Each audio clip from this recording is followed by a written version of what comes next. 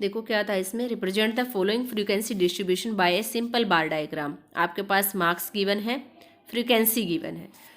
10 to 15 में 5 है, 15 to 20 में 12 है, 20 to 25 में 22 है, 25 से 30 में क्या है 18 है। तो जो इंटरवल है इसको क्या कर लो नीचे की साइड, फ्रीक्वेंसी ऊपर की साइड। तो देखो we observe that the given distribution the class are not equal width.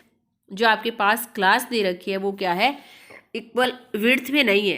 क्यों नहीं है इक्वल विड्थ में, देखो यहाँ से तो क्या है 5 का डिफरेंस है, 10 to 5 है, नेक्स्ट क्या है 15 to 20, नेक्स्ट क्या है 20 to 25, 25 to 30, यहाँ क्या दे दिया 10 का डिफरेंस दे दिया।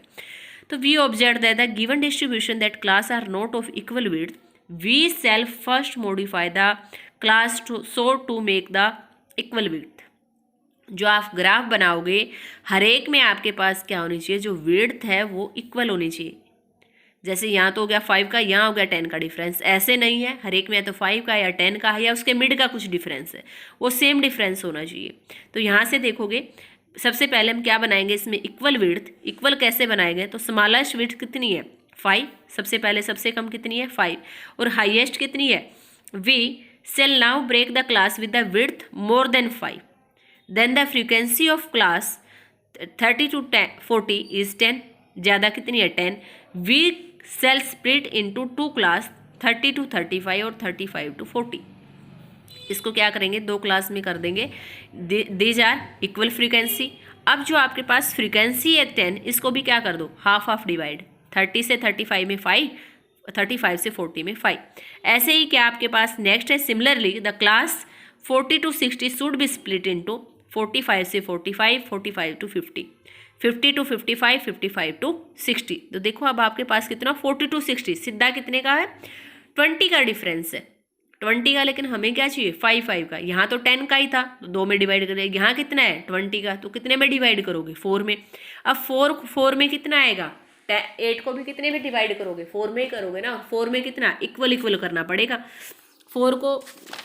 8 को 4 में करोगे इक्वल इक्वल कितना आ जाएगा 2 2 2 आ जाएगा। तो यानी 40 to 45 विड्थ कितनी आ जाएगी 2 आ जाएगी, 45 से 50 2 आ जाएगी। यानी इस चीज़ को जो ये है इस वाले कॉलम को हमने क्या बना दिया 40 to 45, 40 to 45 में 2, 45 to 50 में 2, 50 to 55 में 2, 55 to 60 में 2।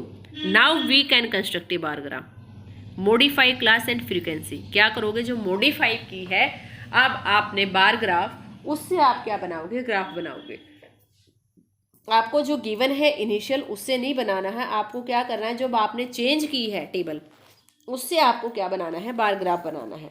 ठीक है, तो अब चेंजमेंट के बाद आपके पास देखो, जब आपने चेंजमेंट किया तो चेंजमेंट के बाद अगर इसी में हम देखें तो क्या टेबल बन गई एक टाइप से फ्रीक्वेंसी टेबल। यहाँ फर्स्ट वाली तो यही रही 10 to 15, नेक्स्ट क्या है 15 to 20, नेक्स्ट है आपके पास 20 to 25, 25 to 30, 30 to 35। इस वाले को क्या बना दिया 30 to 35, नेक्स्ट है 35 to 40, नेक्स्ट यहाँ से क्या है 40 to 60 है, इसको क्या कर दो 40 to 45, 45 to 50, 50 to 55, 55 to 60।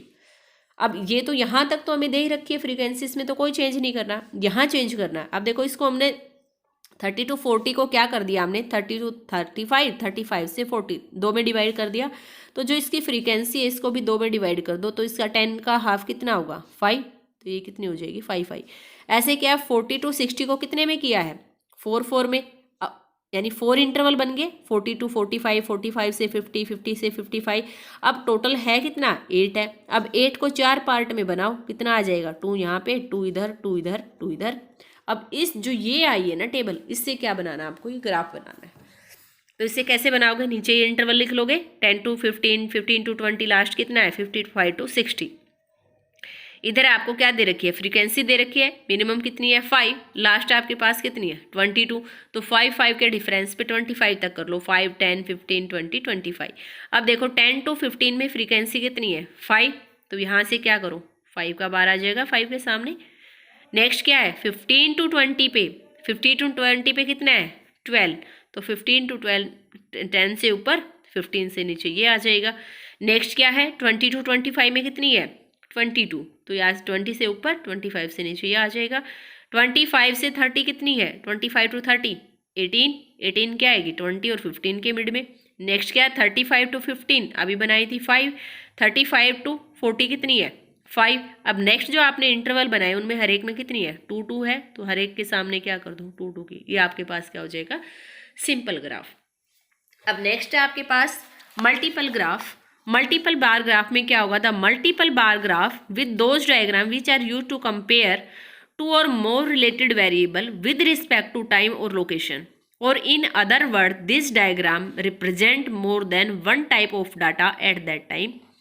For every set of value the bar of related variable are kept adjacent to each other. These bar are shaded or colored differently to distinguish between the various variable. This method of constructing a multiple bar diagram, देखो इसका meaning क्या है कि आपके पास diagram में 2 या 2 से ज़्यादा वैल्यू होंगे। जैसे यहाँ तो क्या था, सिर्फ 2 बातें कह दी, एक फ्रीक्वेंसी एक इंटरवल, एक से इंटरवल बन गया एक से वैल्यू बन गई।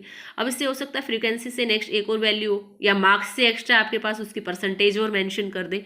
तो ऐसे ही आपके पास क्या एक से ज़्यादा, तो उसमें क्या करोगे, एक को तो आप क्या कर दोगे डायरेक्ट शेडेड कर दोगे, एक को क्या कर दोगे डॉटेड डॉटेड कर दोगे।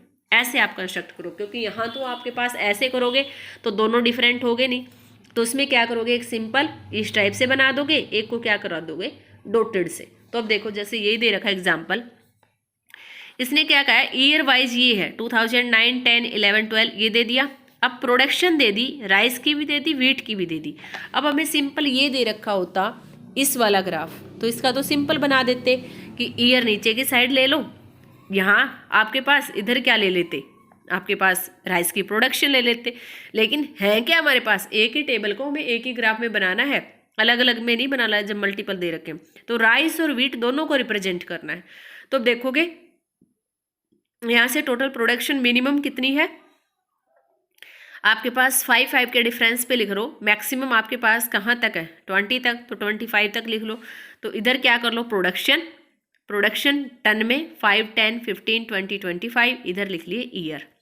तो देखो फर्स्ट क्या कर लो मेंशन कर दो कि जो आपके पास राइस आप किससे रिप्रेजेंट करोगे और व्हीट किससे रिप्रेजेंट करोगे। तो देखो इसने यहाँ नोटेशन दे दिया किस टाइप की जो शेड है वो तो राइस की, और जो डॉटेड वाली है वो क्या है व्हीट की है। तो क्या करोगे multiple bar diagram showing the production of a different year in the given below 1 centimetre equal to 5000 ton. 1 centimetre किसके इक्वल होगा 5000 टन के इक्वल होता है। तो यहाँ से देखो 2009 में राइस की प्रोडक्शन कितनी है 15। तो ये जो ब्लैक वाला है ये किसका हो गया आपके पास राइस के लिए।